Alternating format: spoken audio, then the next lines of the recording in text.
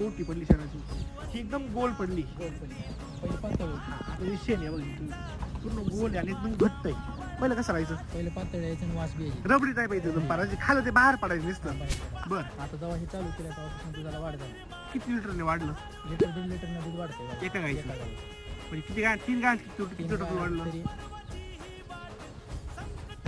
4-4.5 litre दूध वाढतं. दूध एक सरासरी एक मी म्हणतो 5 × 40 5 चोकी 200 रुपये वाढले, बरोबर आहे की नाही? रोजचे 200 रुपये जर वाढले, महिन्याचे किती पैसे वाढले? 6,000 रुपये, बरोबर आहे की नाही? प्लस तुमचं शेण पण चांगलं आलं, हा एक बेनिफिट झाला. पण काय वाटलं तुम्हाला, काय अनुभव आले पुढे आम्हाला सांगा तुम्ही. म्हणजे दुधाला वाढ झाली, हां गाईंच्या अंगावर चमक हे आली, हां गाईंच्या शेणाची वास येत होता ती वास आता येत नाही. बरं. पूर्ण व्हिडिओ पाहण्यासाठी आमच्या यूट्यूब चॅनलला सबस्क्राईब करा आणि इंस्टाग्रामला फॉलो करा.